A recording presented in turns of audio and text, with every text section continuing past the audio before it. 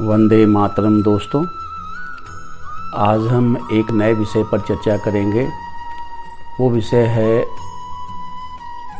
वास्तु में रंगों का महत्व।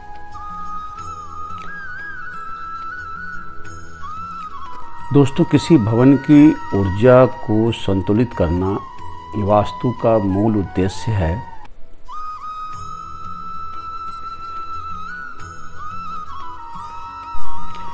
यही कारण है कि रंगों का वास्तुशास्त्र में भी एक महत्वपूर्ण योगदान है। शुभ रंग भाग्योदय कारक होते हैं और अशुभ रंग भाग्य में कमी करते हैं। विभिन्न रंगों को वास्तु के विभिन्न तत्वों का प्रतीक माना जाता है। नीला रंग जल का प्रतीक माना जाता है। भूरा रंग पृथ्वी तत्व का प्रतीक माना जाता है। लाल अग्नि का प्रतीक माना जाता है। वास्तु और फेंग शुई में रंगों को 5 तत्वों जल, अग्नि, धातु, पृथ्वी और काष्ठ से जोड़ा गया है। दोस्तों, चर्चा को मैं आगे बढ़ा रहा हूँ। थोड़ी सी बीच में मैं अपनी बात ये कहना चाहूँगा कि आपको दोस्तों, अगर मेरा ये वीडियो जो मैं बना रहा हूँ आपको पसंद आ रहे हैं तो मेरे चैनल को सब्सक्राइब ज़रूर करें और अपने दोस्तों तक मेरे वीडियो के इस लिंक को ज़रूर भेजें।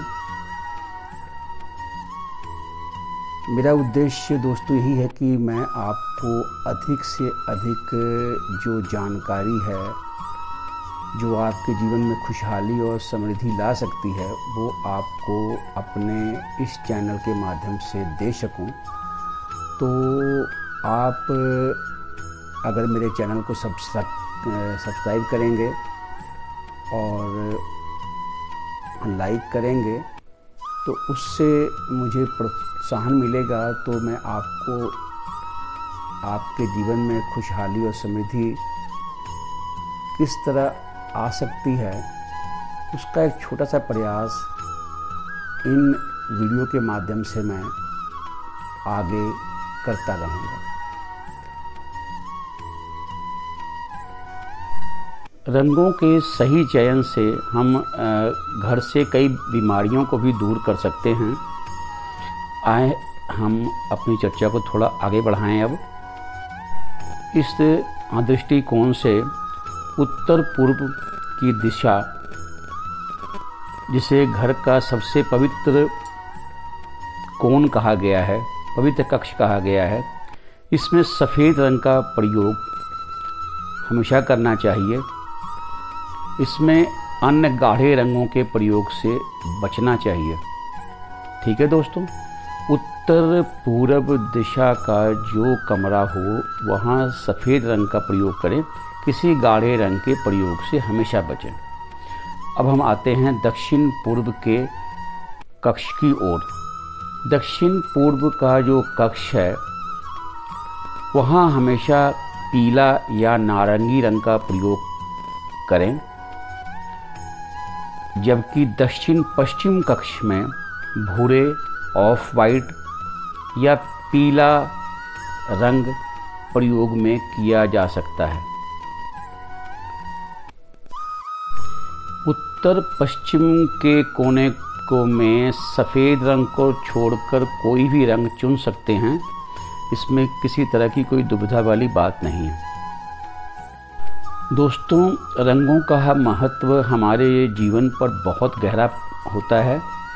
रंग हमारे विचारों को प्रभावित करते हैं तथा हमारी सफलता और असफलता में ये बहुत मुख्य भूमिका निभाते हैं। दोस्तों, चर्चा को आगे बढ़ाएं कि कौन सा रंग का क्या महत्व है। सर्वप्रथम पीला रंग। दोस्तों, पीला रंग हमें गर्माहट का एहसास कराता है इस रंग के कमरे का आकार पहले से थोड़ा बड़ा लगता है और कमरे में रोशनी की भी ज़रूरत कम पड़ती है। अतः जिस कमरे में सूर्य की रोशनी कम आती हो वहाँ के दीवारों पर हमें पीले रंग का प्रयोग करना चाहिए। ठीक है दोस्तों, अब आगे बढ़ें कि पीले रंग, जो पीला रंग है वो हमें सुकून तो देता ही देता है, रोशनी भी प्रदान करता है। घर के ड्राइंग रूम या ऑफिस की दीवारों पर यदि हम पीला रंग करते हैं तो यह वास्तु के अनुसार से भी बहुत शुभ होता है। अब दोस्तों अगला रंग हम चर्चा करेंगे, वो रंग है गुलाबी रंग। गुलाबी रंग जो है वो हमें सुकून देता है तथा आपस में परिवार में एक बहुत आत्मीयता का माहौल बना रहता है। आपस में हर एक जो हमारे परिवार के सदस्य हैं उनमें एक अच्छी अंडरस्टैंडिंग बनी रहती है, सौहार्दपूर्ण माहौल बना रहता है। इसलिए बेडरूम का जो कमरा है वहाँ की दीवारों पर गुलाबी रंग किया जा सकता है, जो कि वास्तु के अनुसार भी बहुत शुभ होता है। दोस्तों अब आगे चर्चा हम कर रहे हैं नीले रंग के ऊपर। नीला रंग एक सुकून का रंग है। ये हमें मानसिक शांति प्रदान करने वाला रंग है। तो इस रंग का हम प्रयोग वहाँ करें जहाँ हमने आराम करना है। अपने आराम कक्ष में जहाँ हमारा बेडरूम है, उस बेडरूम में अगर हम इस रंग का प्रयोग करते हैं तो डिप्रेशन जैसी बीमारी से हम दूर रह सकते हैं और उस कमरे का माहौल बहुत आरामदायक और सुखदायक बना रहेगा। दोस्तों एक कलर है जामुनी कलर। इस कलर के बारे में भी मैं चर्चा करूं। जो जामुनी रंग है ये स्पिरिचुअल आध्यात्म में बहुत महत्वपूर्ण रंग है, लेकिन इसका जब भी इस्तेमाल घर में करना हो तो इसके हल्के शेड का ही इस्तेमाल करें। कभी भी जामुनी रंग के गाढ़े शेड का इस्तेमाल घर पर ना करें। हल्की शेड से ही जामुनी रंग के आप दीवारों को कलर करना चाहें तो कर सकते हैं। ये हमारे धर्म कर्म में रुचि को बढ़ाएगा।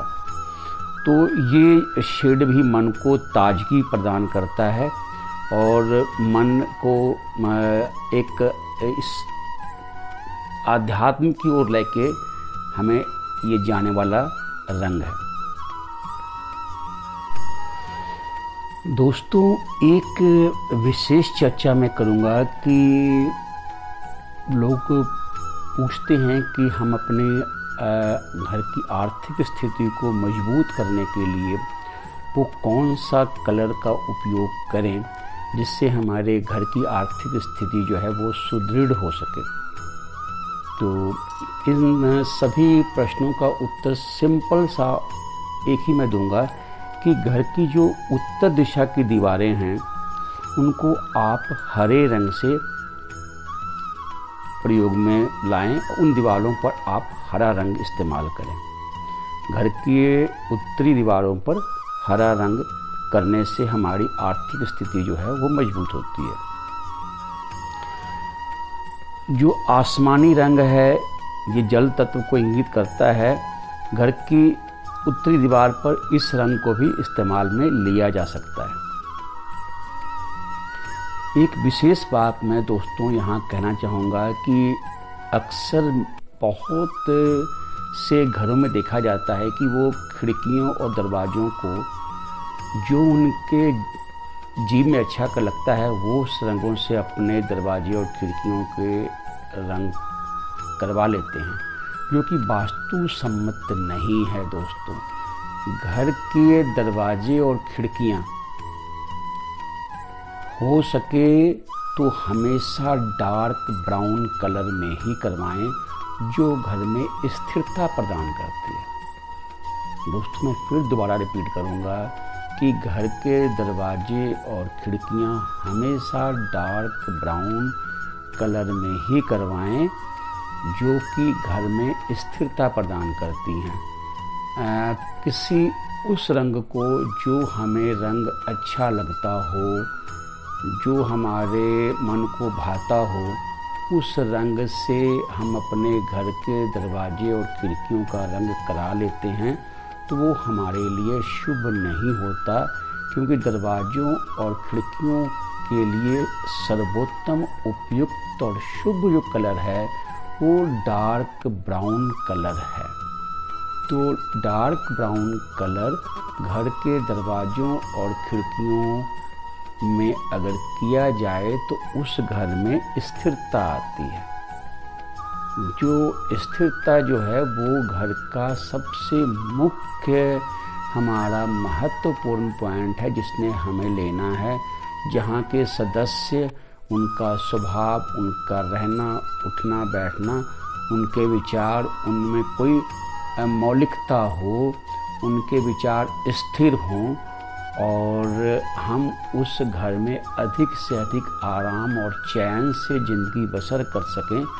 इसलिए ये निश्चित कर लें कि अपने घर के दरवाज़ों और खिड़कियों को हमेशा डार्क ब्राउन रंग में ही करें। काले रंग का उपयोग बिल्कुल नहीं करना दोस्तों। दरवाजे खिड़की में डार्क ब्राउन रंग, ब्राउन या डार्क ब्राउन, इस चीज़ का ध्यान रखें। ब्लैक कलर का उपयोग करने से बचें, ब्लैक कलर बिल्कुल ना करें। ब्राउन या डार्क ब्राउन कलर का ही उपयोग दरवाज़ों और खिड़कियों में करना बहुत ही शुभकर होता है। और दोस्तों, जहाँ तक मैंने घर के अंदर दिशाओं के हिसाब से आपको बताया कि इन दिशाओं में आप फलां रंग करें, इन दिशाओं में आप फलां रंग का प्रयोग करें, तो यहाँ मैं एक विशेष बात आपको और समझा दूँ कि उन रंगों के प्रयोग को करते समय इतना ज़रूर ध्यान रखें कि वो रंग गहरे ना हों। कभी भी दीवारों पर गहरे रंगों का प्रयोग ना करें। जैसे मैंने आपको कहा कि पीले रंग का उपयोग करना, तो आपने पीले रंग को, हल्के पीले रंग को उठाना है, आपने लेना है। जहाँ मैंने कहा आपने हरा रंग का उपयोग करना है, तो वहाँ आपने हल्के हरे रंग को उपयोग में लाना है। जहाँ हमने आपको बैगनी रंग कहा, तो वहाँ बैगनी के हल्के रंग को उठाना है। जामुनी रंग कलर कहा आपको, तो जामुनी के हल्के रंग को लेना है आपने। इस प्रकार कलर जब भी आप घर में इस्तेमाल करें तो हल्के कलर को ही उठाएं। गुलाबी रंग का जहाँ इस्तेमाल करना है तो गुलाबी कलर में भी आपने हल्के शेड को लेना है। डार्क शेड को कभी भी घर के दीवारों पर ना करें। इस चीज़ का विशेष ध्यान दोस्तों रखना है आपने। एक विशेष दोस्तों मैं बात करना चाहूँगा, जो बच्चों का कमरा है, जिस कमरे में बच्चे रहते हैं, स्टडी करते हैं या ज़्यादा टाइम अपना व्यतीत करते हों, उस कमरे का रंग नारंगी रंग का, उन कमरे का दीवारों का उपयोग किया जाए तो वो बच्चों के लिए बहुत शुभ हो जाता है। तो कोशिश ये करनी चाहिए कि जिस कमरे में बच्चे ज़्यादा रहते हैं उस कमरे की दीवारों पर आप नारंगी, फिर मैं दोहराऊंगा बात को कि जब भी उस शेड पे जाएं, गहरे शेड का उपयोग बिल्कुल ना करें। नारंगी रंग में हल्के शेड का ही उपयोग करें दीवारों को रंगने में। तो उससे बच्चों में जो है एक एनर्जी और उत्साह का संचार हमेशा बना रहेगा। इस चीज़ का विशेष ध्यान रखें। अच्छा दोस्तों, एक विशेष बात मैं और बता दूं कि काले और कोका कोला कलर, इन दो रंगों का प्रयोग भवन में करने से ज़रूर बचना चाहिए, क्योंकि ये दो कलर ऐसे हैं, ये दो रंग ऐसे हैं जो कि नकारात्मक प्रभाव आपके भवन पर डालेंगे और जिससे पूरे भवन का जो है, पूरे घर का जो माहौल है वो नकारात्मक बना रहेगा। तो इन दो रंगों को अपने घर में इस्तेमाल करने से हमेशा बचना चाहिए। इस चीज़ का विशेष ध्यान रखें। दोस्तों अभी एक बात और यहाँ पर आगे चर्चा आती है कि रसोई घर में कौन सा कलर जो है ज़्यादा शुभ होगा। तो गुलाबी रंग जो है मूलतः ये एक स्त्री सूचक रंग भी कहा जा सकता है। गुलाबी रंग को अगर मैं कहूँ तो ये एक स्त्री सूचक रंग भी है। तो आप निश्चिंत होकर जहाँ जहाँ घर की महिलाएं ज़्यादा समय व्यतीत करती हैं वहाँ आप गुलाबी रंग को उपयोग में लाएं। सर्वप्रथम रसोई घर हो गया, किचन जहाँ ज़्यादा टाइम तक महिलाएं होती हैं। दूसरा उनका ड्राइंग रूम हो गया और तीसरा डाइनिंग रूम, चौथा मेकअप रूम। इस जगह गुलाबी रंग का प्रयोग आप कर सकते हैं जो कि शुभता लाने वाला होगा, घर में खुशहाली का माहौल लाने वाला होगा। चर्चा को थोड़ा सा मैं आगे बढ़ाऊंगा। थोड़ी वीडियो जो है वो लंबी हो रही है, लेकिन आपको पूरी जानकारी भी मैं इसी वीडियो में दे देना चाहता हूँ। चलो अगर ऐसी कोई बात भी नहीं है, अगर दोस्तों फिर हुआ तो अगले वीडियो में भी मैं विशेष कोई जानकारी देना चाहूँ तो मैं एक वीडियो और इस पर डाल दूँगा। फ़िलहाल मैं थोड़ी सी चर्चा को आगे बढ़ाऊँ कि बेडरूम में अगर नीले रंग का हम प्रयोग करते हैं, हल्के नीले रंग का प्रयोग या नीले रंग का हम एक बल्ब भी लगा देते हैं तो बिल्कुल शांति में नींद जो है वो आएगी आपको।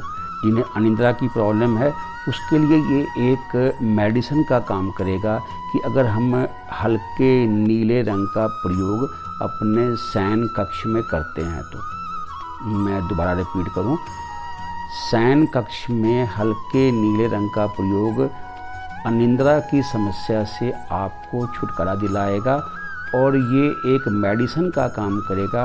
आपको बहुत सुखपूर्ण और शांतिपूर्ण नींद लाने में बहुत सहायक होगा हल्के नीले रंग का अपने बेडरूम में अगर प्रयोग आप करते हैं तो। अच्छा दोस्तों, वीडियो जो है मैं देख रहा हूँ कि 17 मिनट तक पहुँच चुकी है। तो अगर कुछ बहुत से और भी ये विषय जो हैं भवन, वास्तु और रंग पर छूट गए हैं अभी, तो मैं कोशिश करूंगा कि मैं एक और ब्लॉग इस पर तैयार कर दूं और अलग से आपको अच्छी तरह से उस वीडियो में कुछ और जानकारी जो रह गई है वो भी आपको संपूर्ण जानकारी ये दे सकूं। बाकी मैंने काफ़ी हद तक आपको इस वीडियो में वास्तु के अनुसार घर में हम कौन से रंगों को प्रयोग करें और रंगों का हमारे जीवन पर क्या महत्व है उस पर आपको डिटेल इस वीडियो में समझाने की कोशिश की है। फिर भी अगर कुछ क्वेश्चन आपके रह गए हों तो आप पूछ सकते हैं कमेंट्स में। तो फिर मैं अगर आपका कमेंट्स आया तो फिर मैं 1-2 वीडियो और डाल दूंगा जिससे आपकी कोई सवाल रहते हों वास्तु और रंग से संबंधित, तो फिर उस पर मैं वीडियो एक और डाल दूंगा। ठीक है दोस्तों, तो फिर मिलते हैं अगले वीडियो में। तब तक के लिए धन्यवाद। वंदे मातरम।